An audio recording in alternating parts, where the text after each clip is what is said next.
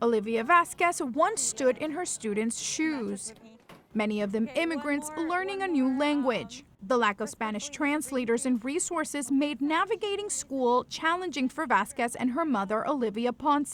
The system, it is not designed for us, for Black students, for Latinx students. Immigrant parents from across Philadelphia say language access problems persist, especially with the influx of more English learners. The Philadelphia School District had more than 16,500 English learners in 2020. That's up nearly 40% since 2013. Yet resources haven't kept up, and parents complain that students are pulled out of class to serve as translators, and some important communications still aren't being translated. We should be particularly and most especially attentive to what is happening to families who are among the most marginalized within our school district and need us to do better than we ever have been. In response to a lawsuit in the 1980s, the Philadelphia School District created Bilingual Cultural Assistants, or BCAs. Currently, the district has 101 BCAs for its more than 220 schools. When BCAs aren't available, the district provides a telephone service line, but many of the translators don't have specific training in educational interpretation.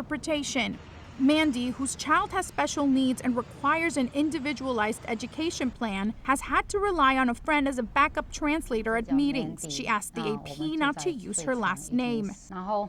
Especially when it comes to communicating with the school, I encountered a lot of difficulties. During individualized education plan meetings, the school gave us a lot of assessment reports. They were all in English. I couldn't understand. City Council member Helen Gim, who has been an advocate for education equity and immigrant rights, says the district owes it to these communities to add more resources. I don't believe that anyone can be at the forefront by meeting the bare minimum standards, and I don't actually think that the school district right now is able to say that's meeting its standards. School district officials say a lot of progress has been made in recent years. In a statement to AP, the School District of Philadelphia said, quote, "We continue to work closely with school leaders to ensure that the coordination of support and assistance for families is available at our schools. And we are committed to working with and strengthening the partnerships we have with local immigrant and refugee serving organizations to ensure that our students and their families receive the quality support and services they need to be successful academically, socially, and emotionally." Other improvements include report cards and phone communications in different languages. But this is little comfort for parents who told the AP that for years, issues of safety and bullying were also poorly communicated. I don't want my community to have to face these types of things. I want there to be people to help them, and for them to be able to express themselves and their feelings freely without fear in the language barrier.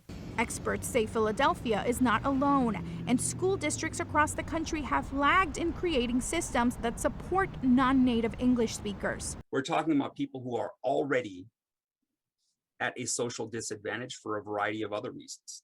But it's not their fault for not understanding. It is not the responsibility of parents to speak the language of public education. It is the responsibility of public education to speak the languages of parents. Vasquez, a student teacher who graduates in December, believes her presence in the classroom will offer something more. It's something that I want to do, because of my experience and because I needed someone who looked like me and somebody who told me that it was okay and made me feel proud of my roots. Critics are hopeful a new superintendent will hear their concerns. In Philadelphia, Vanessa Alvarez, Associated Press.